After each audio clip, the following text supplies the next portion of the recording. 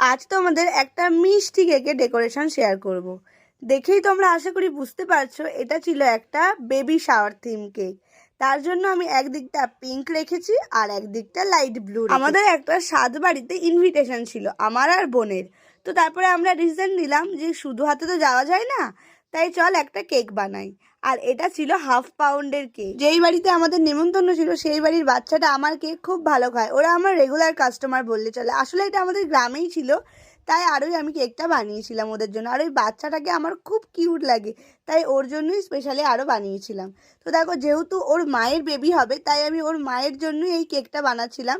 তাই এখানে আমি বেবি শাওয়ার থিমটাই রেখেছি। আর দেখো, এখানে আমি কিউট কিউট দুটো বাচ্চার পা আঁকার চেষ্টা করছিলাম। এটা আমি প্রথমবার বানালাম, তাই আশা করছি একটু ভুল ত্রুটি তো হয়েইছে, বাট আউটকামটা তোমরা অবশ্যই ফাইনালি জানাও যে কেমন লাগছে।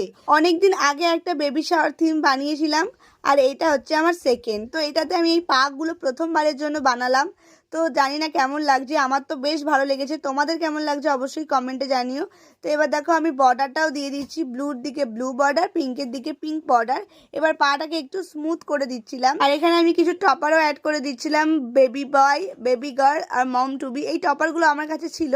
আর এখানে দেখো, কেকের ওয়েটটাও তোমাদের সঙ্গে আমি শেয়ার করলাম, 309 গ্রাম হয়েছিল। তো এই ছিল কেকটার ফাইনাল লুক। কেমন লাগলো জানিও। আজকের মতো বাই।